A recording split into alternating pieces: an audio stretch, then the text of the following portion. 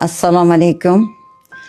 Men mana shu maskanda bugun 8-kun chiroyli lecheniya oldim. Nihoyatda vrachlardan, medsestralardan, tex xodimlardan nihoyatda minnatdorman.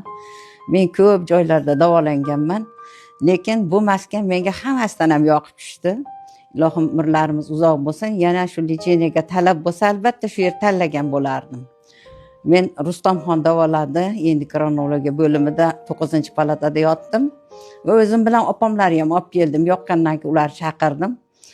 Qulay tomoni bu yerda sizga qaysi mutaxassis kerak bo'lsa, zarur bo'lsa hammasi muhayyo ekan.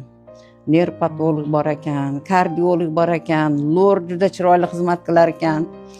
Anazlarimiz juda chiroyli chiqdi. Shulardan minnatdor bo'lib men gapiryapmanki, Allohim mana shu shifokorlar hammasini o'zi asrasin, sog' salomat qilsin, umrlarini uzoq qilsin. Shu yer tashkillashtirganlar, xizmat qilayotganlarni hamisha niyatlariga Allohim o'zi yetkazdirsin.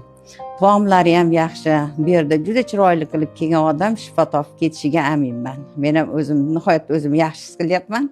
Doktorlardan minnatdorman.